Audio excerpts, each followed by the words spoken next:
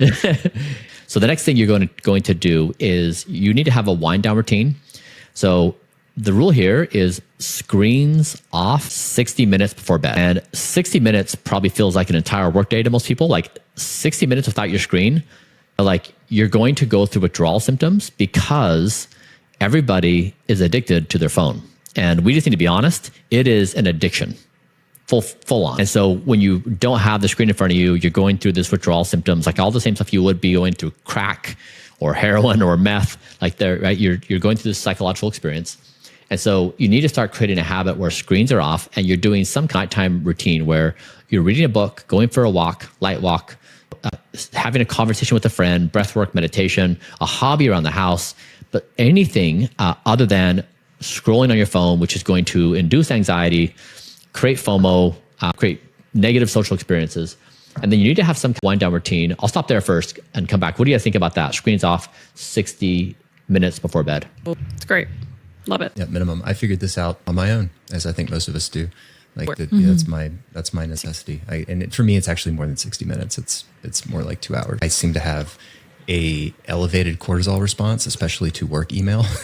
So like, I just gotta I actually for the most part, cut that off at 6 p.m. Like just no more emails. And so if I am on my screen, it's not looking at email. Yeah. Kate, what about you? Agreed that, so if I had to distill the protocol into one thing, it'd be eat further away from bedtime. Like that is the number one thing for me that would impact my resting heart rate. So yeah, totally agree. And that's just anecdotal data. Like I've tried also, like Brian, not as many experiments, but definitely he said this. And I was like, I don't know about that. Because I would be someone who doesn't have breakfast. And so I would push a food later and later. But then, yeah, it really does. The data reflects it. Like with the eating part, I've gotten to the point now where if something happens and I don't get to eat dinner by a certain time, I just don't eat dinner. At that point, it becomes late enough that the solution is to skip dinner. Yes. As opposed to eating late. Like that's I 100% agree.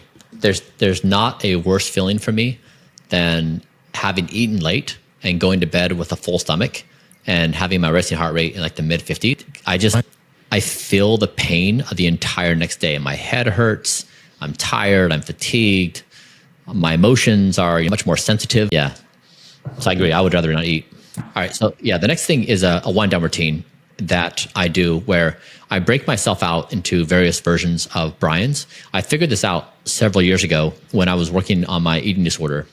And I would overeat every night at 7 p.m. and I couldn't stop myself from doing so.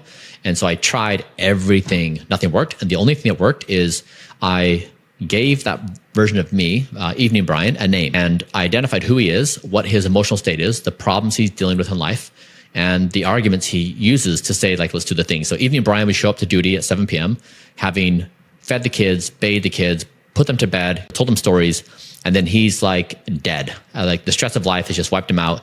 He wants to be like an opossum and just lay on the floor and play dead. It's too much.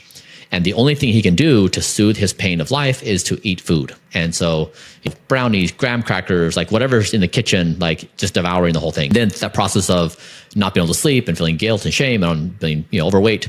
And so Evening Brian has a lot on his plate. He's very stressed. He is bearing the weight of the world.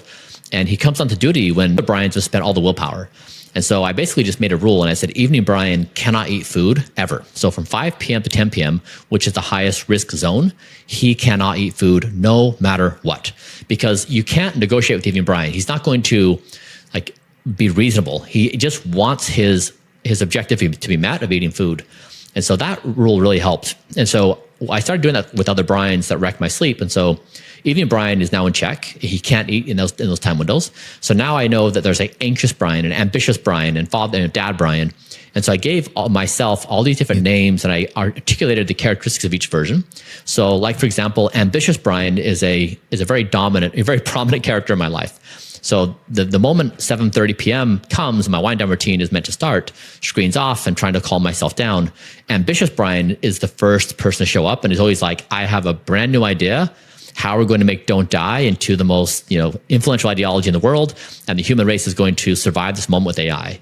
And Sleep Brian has to say, ambitious Brian, we love you. You're really doing a great job in life. Good job. Keep it up.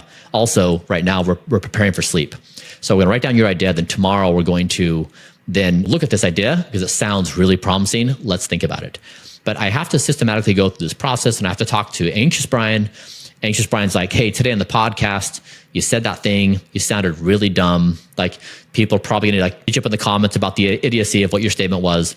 And so I have to say, all right, evening, Brian, thank you for the comment. I'm going to like address this. So that really helps me, because otherwise what happens if you don't address these various challenges you have within your mind before bed, your head hits the pillow and then you just loop through all these thoughts because they're not reconciled. You're thinking about work and family and relationships and what you're mad about and how you've been wronged and like all these things. And then if you do finally go to sleep, you get an hour or two of sleep, you wake up and you're looping again. So now the entire night you're in this light sleep, you wake up the next day, you're stressed, you're worn down, you're not well rested, and you're in the same bad spot. And so this 1 hour routine, you have to be off your phone and also walk yourself down off the anxieties of the day and calm yourself down. And so people can do other things. You can take your own nighttime routine, but to me that really works. And right before, like 10 minutes before bed, I'll just hold a book in my hand and do that for like 10 minutes before I go to sleep. It works so well. Screen off, talk through the things, book, and it just creates a great night's sleep. Awesome. So don't eat, and then do everything in your power to calm your body down in preparation for bed so that your resting heart rate is as low as possible. Is that a decent